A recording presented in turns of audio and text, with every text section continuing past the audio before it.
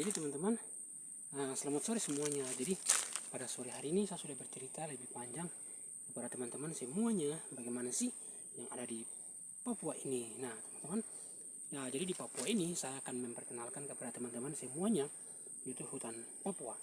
Jadi teman-teman, di hutan Papua itu dari Sabang sampai Merauke ya teman-teman.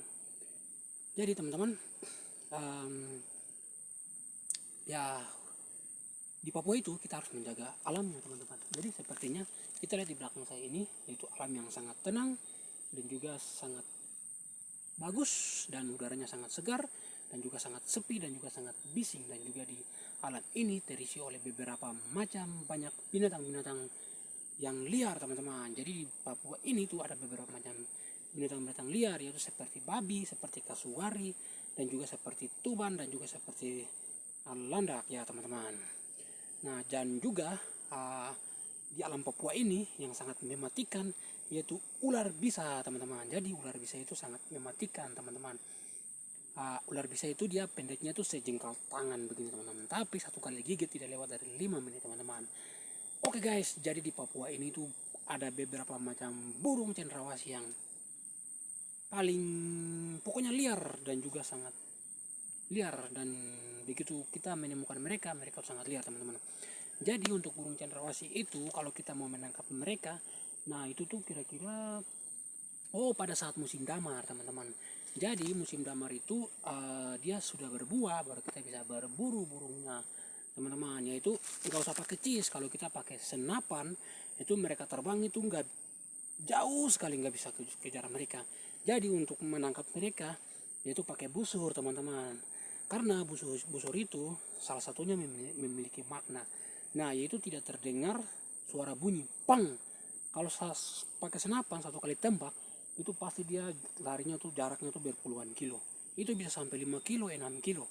Jadi kenapa dulunya itu burungnya itu semakin dekat-dekat teman-teman? Karena masyarakat itu tidak pernah menggunakan senjata dan juga menggunakan senapan ya teman-teman. Jadi mereka menggunakan busur. Jadi bila kita panah nih, kita sudah panah busur nih. Nah, sudah panah nih. Nah, itu pasti mereka larinya tuh tidak jauh-jauh. Mungkin larinya tuh mungkin dekat-dekat situ. Jadi burung itu dia terdapat yaitu di pinggir-pinggir kali teman-teman. Jadi salah satunya di Papua, khususnya di Bovendigul, pegunungan ya tengah di bawah pegunungan Bintang teman-teman. Nah, mereka tuh di bawah-bawah pesisir kali teman-teman. Namanya Sungai Digul teman-teman. Sungai Digul itu sungai yang mengalir tuh mulai dari Sungai Maro sampai dia masuk di Sungai Digul di selatan Papua teman-teman. Dia masuk menyeberangi Selat Laut Arafura ya teman-teman. Disitulah salah satu muara terbesar yaitu namanya Kali Maro Merauke teman-teman. Dia masuk ke pesisir pantai itu sampai di Bovendigul Papua ya teman-teman, sampai di kepalanya itu di bawah pegunungan Bintang teman-teman. Oke teman-teman, kita lanjut. Nah ketika kita mau menangkap burung cendrawasih itu biasanya pada saat musim kawin. Itu biasanya pada saat pagi-pagi, pada saat matahari mulai terbit. Nah itu baru kita menggunakan panah, dan juga badan ini kita hias dengan beberapa rumput-rumput, baru kita bisa panah mereka. Jadi mereka tuh tidak jauh ya teman-teman.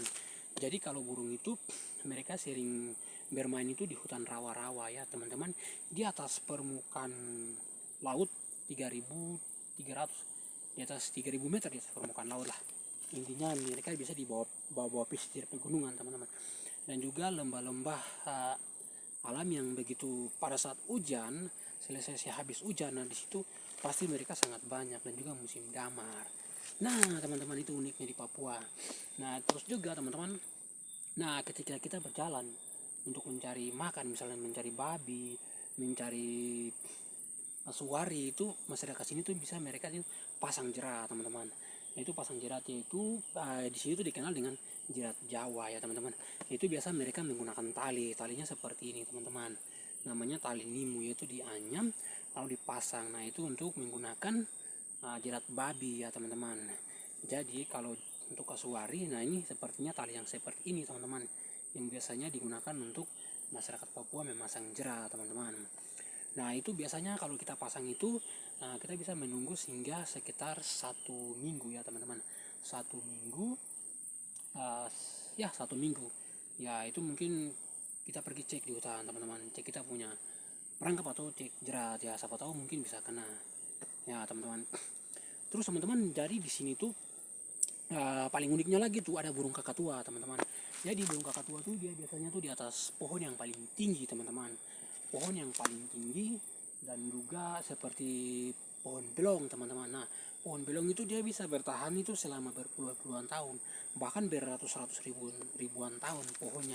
Jadi pohon kayunya itu dia hampir sama dengan pohon kayu besi, tapi jadi teman-teman,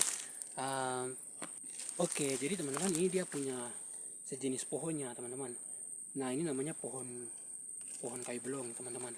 Jadi pohon ini teman-teman itu dia punya kuatnya ketika dia kering, masyarakat bisa membuat rumah dari rumah yang paling tinggi teman-teman di atas pohon lah. Nah, itu mereka bisa cari pohon yang seperti ini. Ini namanya pohon belong teman-teman. Jadi pohon ini tuh dia bisa kuat itu bisa mencapai ratusan tahun teman-teman. Jadi ketika masyarakat naik itu biasa mereka menggunakan kayu yang dilobang-lobang, baru beberapa pasukan mereka naik dan mereka membuat rumah. Nah, itu seperti itu. Oke teman-teman, let's take it, kita kembali lagi, itu burung kakatua. Nah, jadi burung kakatua itu dia bisa bertelur itu di atas pohon yang paling tinggi teman-teman. Nah, dan juga jauh dari manusia dan juga orang yang biasa suka tembak-tembak atau biasa berburu liar menggunakan senapan teman-teman. Jadi itu paling tinggi pohonnya tuh beberapa ribu meter di atas permukaan laut ya teman-teman. Pohonnya tuh tinggi-tinggi teman-teman. Oke teman-teman, jadi burung kakatua itu mereka biasanya tuh di pinggir-pinggir Kali Digul teman-teman. Kali Digul tuh di sebelah sana teman-teman ya. Jadi burung-burung itu mereka sangat senang tuh di pinggir kali, karena di pinggir kali tuh mereka bisa ada yang memakan ikan dan juga ada juga belalang, karena di situ hidup kehidupan mereka ya teman-teman. Jadi teman-teman, kalau ketika kita menebang hutan, pohon dan lainnya atau kita menembak, itu burung dan binatang itu semakin jauh dan semakin liar teman-teman. Dan juga ada salah satu binatang ini guys. Jadi binatang yang nggak pernah liar itu babi teman-teman. Jadi babi itu dia pemakan segalanya teman-teman.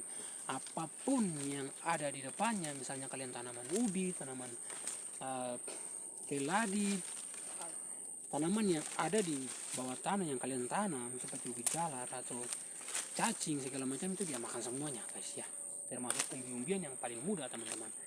Nah gitu guys teman-teman. Oke guys, terus teman-teman saya akan cerita lagi nih ya guys teman-teman. Oke, jadi teman-teman, ketika di masyarakat sini tuh biasanya tuh sering molo teman-teman. Nah, mereka biasanya molo itu yaitu mereka pakai kaca molo ya teman-teman, kaca molo sama pasang.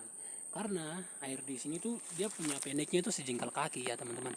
Airnya tuh pendeknya tuh sejengkal kaki sini teman-teman. Nah, sejengkal kaki. Tapi itu dia berasal dari muara teman-teman, kali kecil yang dia masuk.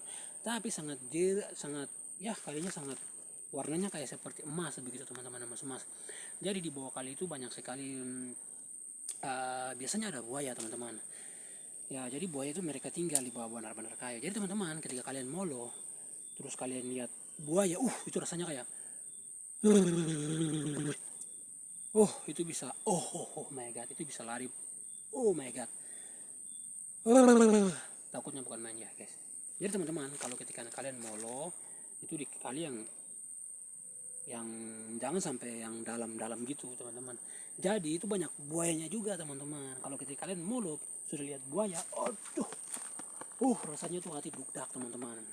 Dan juga di situ banyak ikannya, ada ikan sembilan, ikan yang paling banyak itu mungkin ikan sembilan, ikan lele, dan juga ikan gastor teman-teman. Gastor atau ikan gabus ya teman-teman. Oke teman-teman, begitu teman-teman. Dan juga ada udang batu sama udang wanggarong teman-teman. Jadi di hutan-hutan pegunungan Papua Popindigul di sini tuh dikenal dengan hutan wanggar.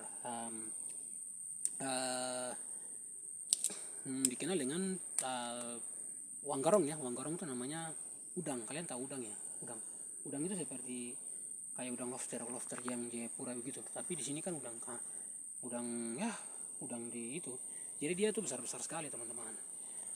Oke, begitu ya teman-teman semuanya. Nah, dan juga saya akan cerita satu lagi teman-teman. Jadi di Bovendigul ini itu terkenal dengan kota kerikil teman-teman. Jadi tanah hitamnya itu mungkin 30 cm, sedangkan tanah merahnya itu bisa sampai mencapai 2-3 meter teman-teman. Terus di bawah tanah merahnya itu ada batu kerikil teman-teman, dan juga bercampur dengan material agregat pasir. Nah, dan juga ketika kita naik lagi ke di atas itu ada batu ringan namanya batu terapung teman-teman, dan juga itu ada material bercampur dengan emas teman-teman. Jadi teman-teman, kalian sudah tahu kan di atas sana tuh banyak emas teman-teman. Jadi ketika kalian datang hidup di daerah Papua Selatan Pegunungan Tengah itu sangat keras juga teman-teman.